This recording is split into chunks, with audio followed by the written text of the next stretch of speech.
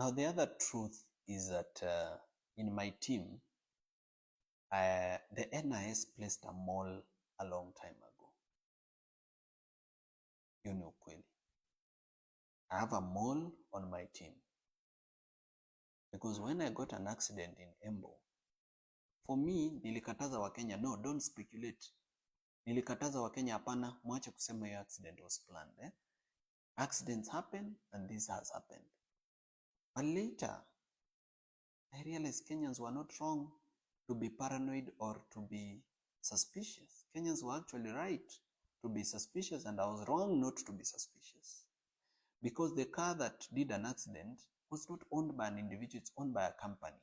And when you search the CR12 for that company in the register of companies and you check the directors, it's a dead end.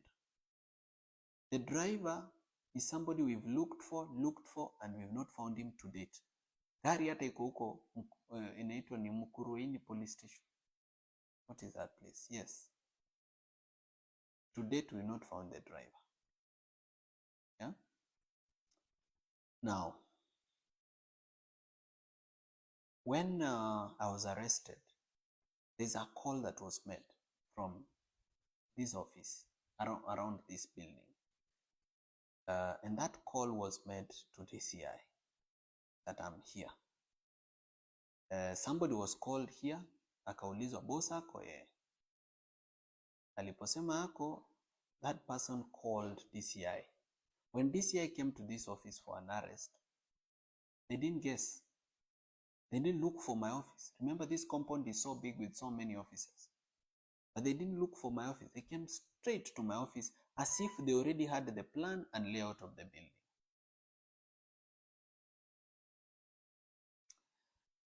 When bombers happened, okay, when I was arrested, this mole was not there. So whenever bad things happen, hakuangi anywhere near. Bombers, this person is a very close person in my team and should have been at Bombers, because kama naenda Bombers na team yangu imenijoin, mbona yeye ana miss na kwake ni karibu na Bombers? Mbona alikuja huku kwa ofisi mahali siko badala aende Bombers mahali ni karibu na hata mahali yeye anaishi? So the NIS placed a person in my team a long time ago. When you research this person's history, you are not able to know which primary school they went to, secondary school. They wiped their profile clean.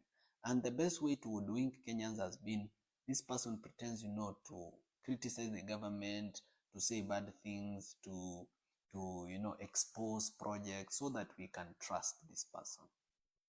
There's been an attempt to poison my food, and I'm thankful to God that it didn't happen. Na kama singejua that we have a mole, I think by now I would be dead. But I'm grateful to God and to the various Kenyans who've been sending me information, telling me be careful about this person. And I have now become very serious about my security. I now have an advanced intelligence team that goes to the ground before I go to a public event and does, just checking what is the feeling among, For example, in Bomas, I walked into a public event which was organized by ODM and which people had been mobilized and paid money in buses, and where there were goons paid waiting for me because I had said I'm going to Bomas. I've never been attacked anywhere in Kenya because I've never said I'm going to this place. Sijai sema leo naenda Embu, ama leo naenda Githurai, ama leo naenda Kitengela, ama leo naenda Molot Bomet. I've never said it. Hata nikisemanga nasemanga tu I'll be in Rift Valley generally. But because these people knew I'm specifically coming to, KICC, which later turned to Bomas, they planned very well kuniua. But they didn't succeed. Because God is good and because there's a mission. God has given me a mission and I must complete it. That's why He has kept me alive. So from now on, Kenyans, wakati mnaangalia timu yangu na kuna mtu mnajua na mnajua ni mbaya, please don't keep quiet. Always raise alarm. I've started vetting every member of my team, where they went to school, what they did, who they are, why they are here, what they do for a living, what they are doing.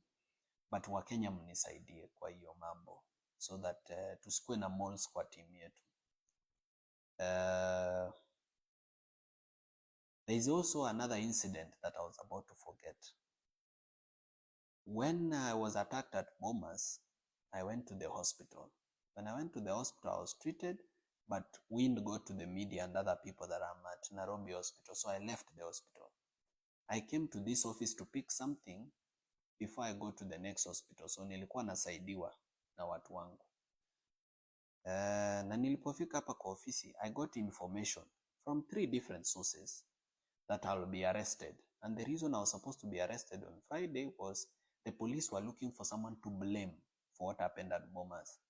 They were saying, let's blame the chaos on Morara. But me, I was asking, but Morara came alone. In fact, at the door, he was only allowed to enter with 1 guard. So how do you blame it on him? But the police wanted actually to arrest me on Friday and blame the chaos on Bomas on me. So because of that planned arrest, I decided to set a trap for the police. Because I knew they are tracking my phones, I said, nitawacha simu zangu hapa, I'll go without a phone. Let's see whether the police will come. And the police never came. Because their mole, the NIS mole inside my team, told them ameondoka msikuje.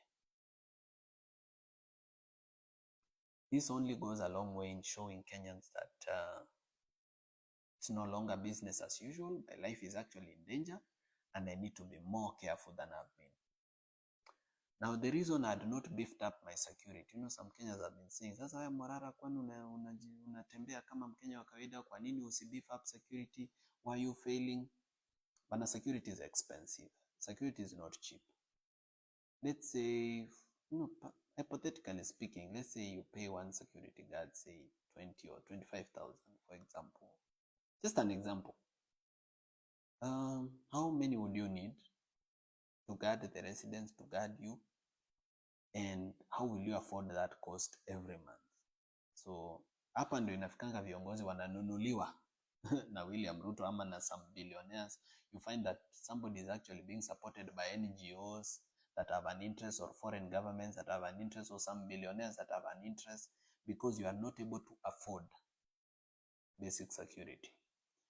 But mimi nitachangisha wa Kenya, kila Mkenya akinitumia 10 bob 10 bob, 1,200, 100, 500, I believe I'll be able to beef up my security and it will be well. So whatever you can spare, I'll be really appreciative to Kenyans, whatever they can spare to support me in beefing up my security. But otherwise, me, what I can promise Kenyans ni kwamba siwezi nunuliwa. There are stories of people who say, huyu ni project, huyu ni project. Maybe they themselves who are saying huyu ni project, they are the project. Labda wao wenyewe they are project. But I don't think it's fair or good to call someone a project when you don't know them in person, you don't know their history, you don't know where they came from. Me, I come from a family history of fighters, people who believe in something, people are principled. So hatufanani, sio sisi wote ununuliwa, sio sisi wote ukuanga project za watu. There are some of us who actually fight for change because we believe in it. So hiyo kitu ya kukuwa na mole ilini hurt sana but ndivyo ilivyo. Unajua sikuwa na political experience vizuri, but so unaona I'm gaining and I'm learning quickly. So hata kama nilifanya hiyo makosa ya kuovertrust watu, kuenda mahali bila intelligence, ni ukweli nilifanya makosa and I'm sorry. I apologize to all Kenyans kwamba hapo niliteleza, lakini it will not happen again. I will be more careful this time. And I'll continue fighting for what we believe in together.